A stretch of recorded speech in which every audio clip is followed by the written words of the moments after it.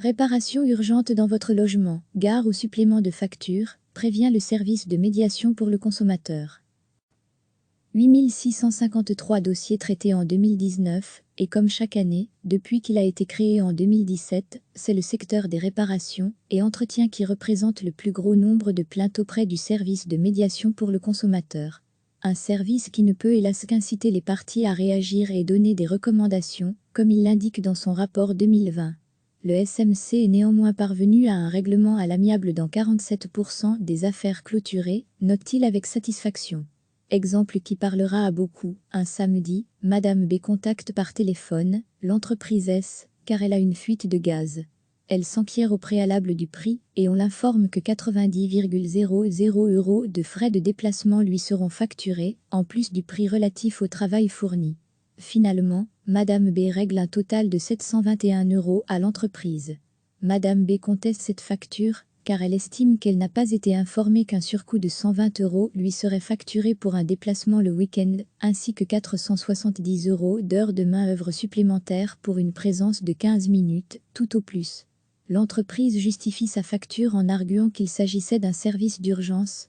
L'entreprise a communiqué qu'il incombe aux consommateurs de s'informer des tarifs appliqués avant de contacter un service d'urgence. Le service de médiation pour le consommateur a été contacté, mais n'est pas parvenu à obtenir un règlement à l'amiable. Créé il y a 3 ans, avec l'appui des grands groupes commerciaux, le service de médiation pour le consommateur permet à n'importe quel citoyen de déposer une réclamation via une plateforme en ligne s'il a rencontré un problème exceptionnel auprès d'un commerçant. Des conciliateurs indépendants examinent les plaintes et, si elles sont recevables, élaborent une proposition de médiation. La procédure est gratuite pour le consommateur, elle est financée par les commerçants qui se sont enregistrés. Mais elle a ses limites, comme indiqué, en cas de mauvaise foi ou de politique d'autruche de la part de l'entreprise incriminée, le service ne peut qu'inviter à poursuivre en justice et faire des recommandations aux autorités, ce qui est une nouvelle fois le cas en 2020. Pour les services de bricolage, le service constate qu'un manque d'informations précontractuelles et d'informations préalables sérieuses constitue souvent la base du litige. Le contrat est souvent conclu par téléphone, sans qu'un devis ne soit transmis au préalable au consommateur. Comme ces interventions sont souvent urgentes pour le consommateur, il se retrouve dans l'obligation de marquer son accord par téléphone.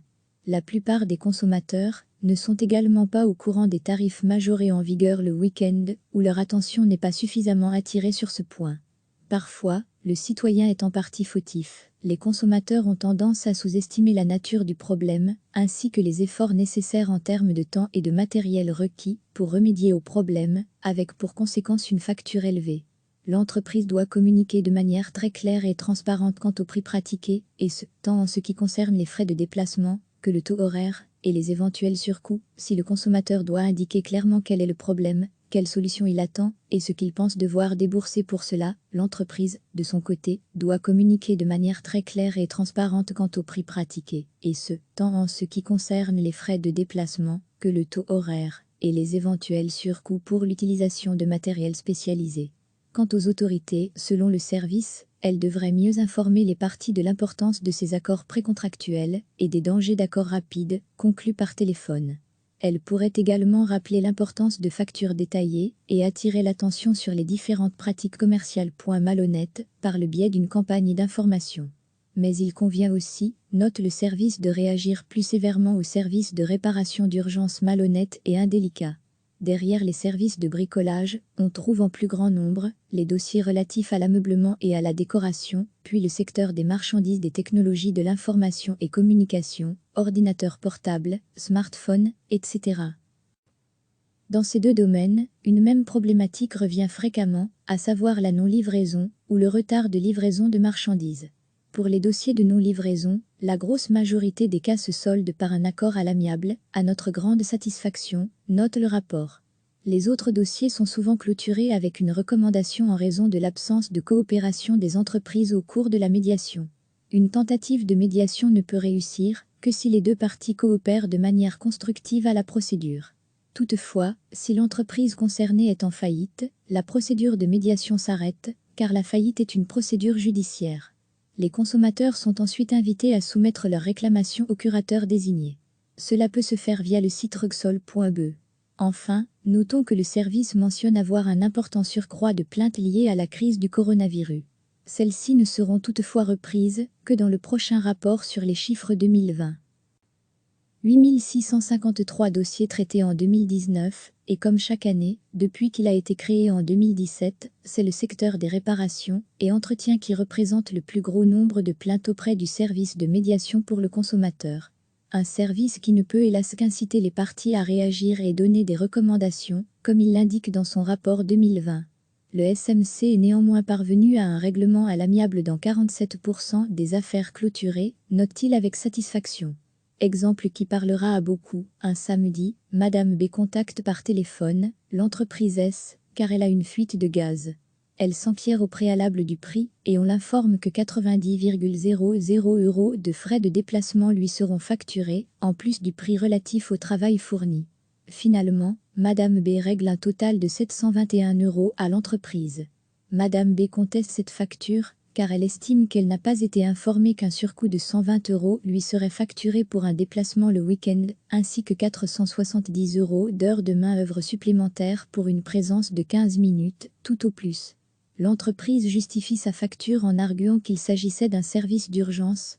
L'entreprise a communiqué qu'il incombe aux consommateurs de s'informer des tarifs appliqués avant de contacter un service d'urgence.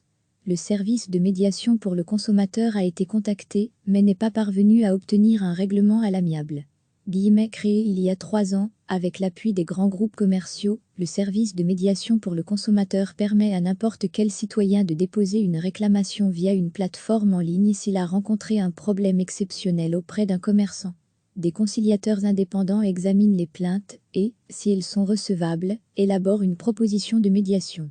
La procédure est gratuite pour le consommateur, elle est financée par les commerçants qui se sont enregistrés. Mais elle a ses limites, comme indiqué, en cas de mauvaise foi ou de politique d'autruche de la part de l'entreprise incriminée, le service ne peut qu'inviter à poursuivre en justice et faire des recommandations aux autorités, ce qui est une nouvelle fois le cas en 2020. Pour les services de bricolage, le service constate qu'un manque d'informations précontractuelles et d'informations préalables sérieuses constitue souvent la base du litige. Le contrat est souvent conclu par téléphone, sans qu'un devis ne soit transmis au préalable au consommateur. Comme ces interventions sont souvent urgentes pour le consommateur, il se retrouve dans l'obligation de marquer son accord par téléphone.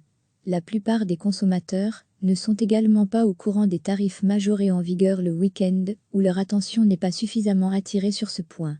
Parfois, le citoyen est en partie fautif. Les consommateurs ont tendance à sous-estimer la nature du problème, ainsi que les efforts nécessaires en termes de temps et de matériel requis pour remédier au problème, avec pour conséquence une facture élevée.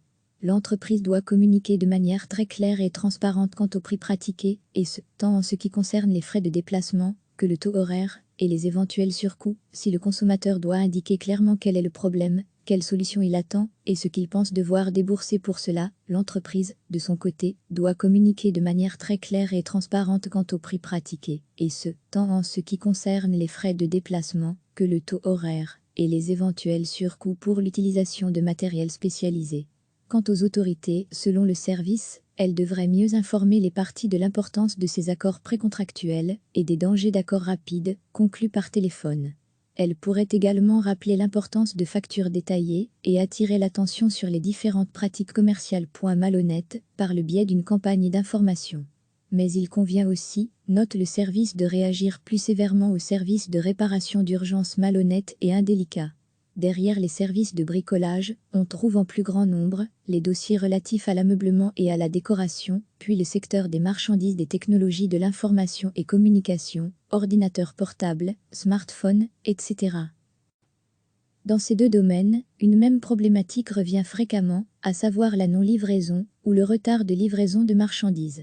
Pour les dossiers de non-livraison, la grosse majorité des cas se soldent par un accord à l'amiable, à notre grande satisfaction, note le rapport.